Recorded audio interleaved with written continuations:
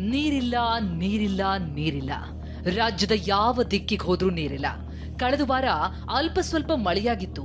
ರಾಜ್ಯದ ಜಲಾಶಯಗಳು ತುಂಬುವಷ್ಟು ಒಳಹರಿವು ಬರಲೇ ಇಲ್ಲ. ಹೀಗಾಗಿ ರಾಜ್ಯದಲ್ಲಿ ಬರದ ಪರಿಸ್ಥಿತಿ ನಿರ್ಮಾಣವಾಗಿದೆ. ಒಂದ್ ಕಡೆ ತಮಿಳುನಾಡು ಕೂಡ ಕಾವೇರಿ ನೀರು ಹರಿಸುವಂತೆ ಒತ್ತಡ ಹಾಕ್ತಾ ಇದೆ. ನಾಲೆಗಳಿಗೆ ನೀರು ಹರಿಸಿ ಅಂತ ರೈತರು ಪ್ರತಿಭಟನೆ ಮಾಡ್ತಿದ್ದಾರೆ. ಇವತ್ತು ಕೂಡ ಮಂಡ್ಯದ ಡಿಸಿ ಕಚೇರಿ ಮುಂಭಾಗ ಕರವೇ ಕಾರ್ಯಕರ್ತರು ರೈತರ ಪರವಾಗಿ ಪ್ರತಿಭಟಿಸಿದ್ರು. ಕಬ್ಬಿನ ಬೆಳೆ ಒಣಗ್ತಾ ಇದ್ರು, ನಾಲೆಗೆ ನೀರು ಹರಿಸ್ತಿಲ್ಲ ಅಂತ ಆಕ್ರೋಶ ಹೊರಹಾಕಿದ್ದಾರೆ.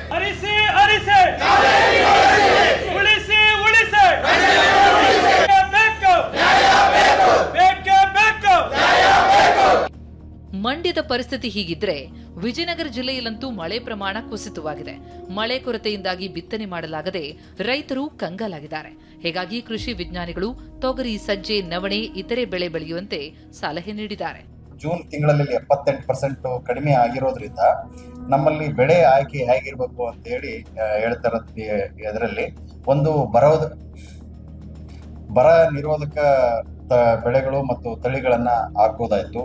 ಜೊತೆಗೆ ಕಡಿಮೆ ಅವಧಿ ಬೆಳೆಗಳನ್ನ ಹಾಕೋದು. ಬೆಳೆ ಯೋಜನೆಯಲ್ಲಿ ಒಂದು ತೊಗರಿ, ಸಜ್ಜೆ, ನವಣಿ, ರಾಗಿ ಈ ಬೆಳೆಗಳನ್ನ ಬೆಳೆಯಬಹುದಾಗಿದೆ. ಕೊಪ್ಪಳದ ಕನಕಗಿರಿಯಲ್ಲಿ ಹೈನುಗಾರಿಕೆ ನಂಬಿ ಜೀವನ ನಡೆಸ್ತಾ ಇದ್ದ ಜನ ಹಸಿವಿನಿಂದ ಬಳಲುವಂತಾಗಿದೆ. ನೀರು ಮೇವು ಸಿಗದೆ ಊರೂರು ಅಲೆಯುವಂತಾಗಿದೆ. ಕನಕಗಿರಿಯಿಂದ ಗಂಗಾವತಿಗೆ ಬಂದ ರೈತರು ಕೆರೆಗಳಲ್ಲಿ ನೀರು ಹುಡುಕ್ತಿದ್ದಾರೆ.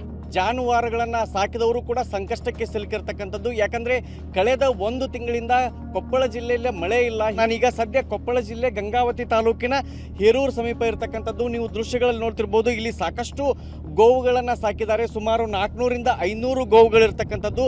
ಇವೆಲ್ಲವೂ ಕೂಡ ಮೂಲತಃ ಕನಕಗಿರಿಯ ಗೋವುಗಳು. ಅಲ್ಲಿಂದ ಈಗ ಹೇರೂರಿಗೆ ಇವರು ಬಂದಿರತಕ್ಕಂಥದ್ದು. ಯಾಕಂದರೆ ಎಲ್ಲೂ ಕೂಡ ಸರಿಯಾಗಿ ಮೇವು ಸಿಗ್ತಿಲ್ಲ ಮತ್ತು ಕುಡಿಯೋಕೆ ನೀರು ಸಿಗ್ತಿಲ್ಲ. ಕಳೆದ 1 ತಿಂಗಳಿಂದಲೂ ಕೂಡ ಜಿಲ್ಲೆಯಲ್ಲಿ ಮಳೆ ಇಲ್ಲ. ಈ ಬಾರಿ ನೀರಿಲ್ಲ, ಮಳೆ ಇಲ್ಲ. ಏನು ಸಮಸ್ಯೆ ಆಗ್ತೈತೆ ನಿಮ್ಗೆ? ಏನಲ್ರಿ ಸರ, ಎಲ್ಲ ಮಳೆ ಇಲ್ಲ, ಮೇವಿಲ್ಲ, ಮೇಯಕ ಎಲ್ಲ ಬದುಕ್ಸೋದು ಭಾಳ ಕಷ್ಟ ಐತಿ. ನೀರು ಹೆಂಗೆ ಮಾಡ್ತೀರಿ ನೀವು? ನೀರು ಎಲ್ಲ ರೈತರ ಬುಟ್ಟಲ್ಲೇ ಕುಡಿಸ್ಬೇಕು ಸರ. ಎಲ್ಲ ನಮ್ಮ ಬುಟ್ಟಲ್ಲಿ ಅವರು ಬೇಯ್ತಾರೆ ಸರ. ಏನು ಮಾಡ್ತೀವಿ, ಹಂಗೆ ಹೋಗೋದ ಮಾಡ್ತೀವಿ. ರಾಜ್ಯದಲ್ಲಿ ಈ ಪರಿಸ್ಥಿತಿ ಉಂಟಾಗಿರುವುದರಿಂದ ಸಿಎಂ ಡಿಕೆ ಶಿವಕುಮಾರ್ ಪ್ರಧಾನಿ ಮೋದಿಗೆ ಪತ್ರ ಬರೆದಿದ್ದಾರೆ. ರಾಜ್ಯದಲ್ಲಿ ಬರದ ಛಾಯೆ ಆವರಿಸಿದೆ. ಕೇಂದ್ರದಿಂದ ಅಧ್ಯಯನ ತಂಡ ಕಳುಹಿಸಿ ಅಂತ ಮನವಿ ಮಾಡಿದ್ದಾರೆ. ನಾನು ಕೂಡ ಪತ್ರ ಬರೆದಿದ್ದೇನೆ ಎಂದಿರುವ ಉಪಮುಖ್ಯಮಂತ್ರಿ ಡಾಕ್ಟರ್ ಜಿ ಪರಮೇಶ್ವರ್ ಕೇಂದ್ರ ಸರ್ಕಾರ ಸ್ಪಂದಿಸಬೇಕು, ವಿಶೇಷ ಅನುದಾನ ನೀಡಬೇಕು ಅಂತ ಒತ್ತಾಯಿಸಿದ್ದಾರೆ.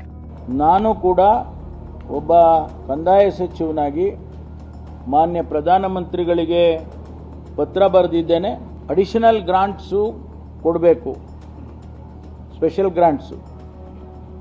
ಹಿಂದೆ ಎಲ್ಲ ಡಾಕ್ಟರ್ ಮನಮೋಹನ್ ಸಿಂಗ್ ಇರುವಾಗ ಫ್ಲಡ್ಡಿಂಗ್ ಆಗಿತ್ತು ಅಂತೇಳಿ ಬಂದು ವೈಮಾನಿಕ ವೀಕ್ಷಣೆ ಮಾಡಿ 2,000 ಕೋಟಿ ಅನೌನ್ಸ್ ಮಾಡಿದ್ರು, ಕೊಟ್ಟೇ ಬಿಟ್ರು.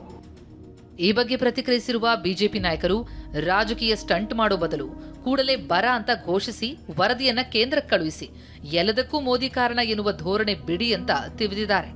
ರಾಜ್ಯದಲ್ಲಿ ಮಳೆ ಎಷ್ಟಾಗಿದೆ, ಎಲ್ಲೆಲ್ಲಿ ಎಷ್ಟು ಮಳೆ ಆಗಬೇಕಾಗಿತ್ತು, ಎಷ್ಟಲ್ಲಿ ಬಿತ್ತನೆ ಆಗಬೇಕಾಗಿತ್ತು, ಎಷ್ಟಾಗಿಲ್ಲ, ಇದರದೆಲ್ಲ ಒಂದು ಮಾಹಿತಿಯನ್ನು ಕೇಂದ್ರ ಸರ್ಕಾರಕ್ಕೆ ಪ್ರಾಪರಾಗಿ ಕಳಿಸ್ಬೋದು. ಇದು ಪಾಲಿಟಿಕ್ಸ್ ಮಾಡೋದಲ್ಲ. ಇದು ಏನಾದರೂ ಈಗ ಕಳೆದ 12 ವರ್ಷದಿಂದ ಕಾಂಗ್ರೆಸ್ ಸರ್ಕಾರದ ನೀತಿ ಹೆಂಗಾಗಿದೆ ಅಂತಂದ್ರೆ, ಮಳೆ ಜಾಸ್ತಿ ಆದರೂ ಅದಕ್ಕೆ ಮೋದಿಯವ್ರ ಕಾರಣ, ಮಳೆ ಕಮ್ಮಿ ಆದರೂ ಮೋದಿಯವ್ರ ಕಾರಣ, ಜನಸಂಖ್ಯೆ ಜಾಸ್ತಿ ಆದರೂ ಮೋದಿಯವ್ರ ಕಾರಣ, ಕಮ್ಮಿ ಆದರೂ ಮೋದಿಯವ್ರ ಕಾರಣ. ಈ ರೀತಿಯಾಗಿ ಒಂದು ಈಗ ಮಾತನಾಡುವಂಥ ಒಂದು ಕೇಂದ್ರ ಸರ್ಕಾರ ಕಾರಣ ಅನ್ನುವಂಥ ಒಂದು ಈ ಧೋರಣೆ ಏನಿದೆಯಲ್ಲ, ಈ ಧೋರಣೆಯನ್ನ ಇವರು ಕೈ ಬಿಡಬೇಕು. Without anything.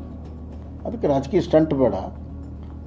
ರಾಜ್ಯ ಸರ್ಕಾರ ರೈತರನ್ನು ಉಳಿಸೋ ಸೀರಿಯಸ್ ಆಗಿದ್ದರೆ ಇಷ್ಟೊತ್ತಿಗೆ ಯಾವ್ಯಾವ ತಾಲೂಕಲ್ಲಿ ಮಳೆ ಕಡಿಮೆ ಆಗಿದೆ, ಯಾವ ತಾಲೂಕಲ್ಲಿ ಬಿತ್ತನೆ ಕಡಿಮೆ ಆಗಿದೆ, 20-30% ಬಿತ್ತನೆ ಮಾತ್ರ ಆಗಿದೆ, ಅವೆಲ್ಲ ತಾಲೂಕುಗಳನ್ನು ಕೂಡಲೇ ಬರ ಅಂತ ಡಿಕ್ಲೇರ್ ಮಾಡಬೇಕು. ಫಸ್ಟ್ ಇದುವರೆಗೂ ಒಂದು ನಯಾ ಪೈಸಾ ಕುಡಿಯೋ ನೀರಿಗಾಗಲಿ ಅಥವಾ ಡ್ರಾಟ್ ರಿಲೀಫ್ಗಾಗಲಿ ಒಂದು ನಯಾ ಪೈಸಾ ಇವತ್ತವರೆಗೂ ಖರ್ಚು ಮಾಡಿಲ್ಲ. ಇದೊಂದು ಬುರುಡೆ ಸರ್ಕಾರ. ಅಧಿಕಾರಿಗಳನ್ನು ಕೂರಿಸಿ ವರದಿ ತೆಗೆದುಕೊಂಡು ಪ್ರಧಾನಮಂತ್ರಿಗಳಿಗೆ ಪತ್ರ ಬರೆದ್ರೆ ಸಾಕಾಗೋದಿಲ್ಲ. ಮಾನ್ಯ ಮುಖ್ಯಮಂತ್ರಿಗಳೇ, ತಮ್ಮ ಸಚಿವರನ್ನ ಜಿಲ್ಲೆಗಳಿಗೆ ಕಳಿಸಿ ರೈತರ ಸಮಸ್ಯೆಗಳನ್ನು, ವಾಸ್ತವಿಕ ಸತ್ಯವನ್ನು ಅರ್ಥ ಮಾಡಿಕೊಂಡು ರಾಜ್ಯ ಸರ್ಕಾರ ಏನು ಪರಿಹಾರ ಕೊಡ್ತದೆ ಅದ್ರ ಬಗ್ಗೆ ಫಸ್ಟ್ ಆಲೋಚನೆ ಮಾಡಲಿ. ಬಿಜೆಪಿ ನಾಯಕರ ಈ ಮಾತಿಗೆ ತಿರುಗೇಟು ಕೊಟ್ಟ ಕಂದಾಯ ಸಚಿವ ಡಾಕ್ಟರ್ ಜಿ ಪರಮೇಶ್ವರ್ 17 ಜಿಲ್ಲೆಗಳಲ್ಲಿ ಪರಿಶೀಲನೆ ಮಾಡಿದ್ದೇವೆ ಎಂದಿದ್ದಾರೆ. ಕ್ರಮದ ಬಗ್ಗೆ ಸೂಚನೆ ಕೊಟ್ಟಿದ್ದೇವೆ, ಆದರೆ ಪರಿಸ್ಥಿತಿ ಗಂಭೀರವಾಗಿದೆ ಎಂದರು. ಬರ ಅಂತ ಘೋಷಿಸೋದಕ್ಕೂ ಕೇಂದ್ರದ ಕೆಲವು ನಿಯಮಗಳಿವೆ ಅಂತ ಹೇಳಿದ್ದಾರೆ. 16-17 ಜಿಲ್ಲೆಗಳನ್ನು ಪರಿಶೀಲನೆ ಮಾಡ್ಕೊಂಡು ಬಂದಿದ್ದೇವೆ. ಈಗ ಪರಿಸ್ಥಿತಿ ಏನಿದೆ ಅಂತ ಹೇಳಿದ್ರೆ ಜನಗಳಿಗೆ ಕುಡಿಯುವ ನೀರಿಗೆ ತೊಂದರೆ ಆಗಿದೆ. There is a severe drinking water issues. ಸಮಿತಿ ಬಂದು ವೀಕ್ಷಣೆ ಮಾಡ್ತಾರೆ, ಬರ ಅಂತ ಘೋಷಣೆ ಮಾಡಿ ಅಂತಾರೆ, ಮಾಡಬೇಡಿ ಅಂತಾರೆ. ಇವೆಲ್ಲ ಒಂದು ಪ್ರಾಸೆಸ್ಸು. ಕೇಂದ್ರ ಸರ್ಕಾರ ಒಂದಿಷ್ಟು ನಿಯಮಗಳನ್ನು ಮಾಡಿದ್ದಾರೆ. ಬರಪೀಡಿತ ಪ್ರದೇಶ ಅಂತ ನೀವು ಘೋಷಣೆ ಮಾಡಬೇಕಾದ್ರೆ ಈ ಪ್ಯಾರಾಮೀಟರ್ಸನ್ನು ಫುಲ್ಫಿಲ್ ಮಾಡಬೇಕು, ಇಲ್ಲದ್ರೆ ನೀವು ಮಾಡಂಗಿಲ್ಲ. ರಾಜ್ಯದಲ್ಲಿ ಮಳೆಯಿಲ್ಲದೆ ಬರ ಪರಿಸ್ಥಿತಿ ಉಂಟಾಗಿದ್ದು ರಾಜಕೀಯ ನಾಯಕರು ಕೆಸರೆರಚಾಟದಲ್ಲಿ ಮುಳುಗಿದ್ದಾರೆ. ನೀರಿಲ್ಲದೆ ಜನ ಕಂಗಾಲಾಗಿದ್ದಾರೆ. Bureau report, TV9.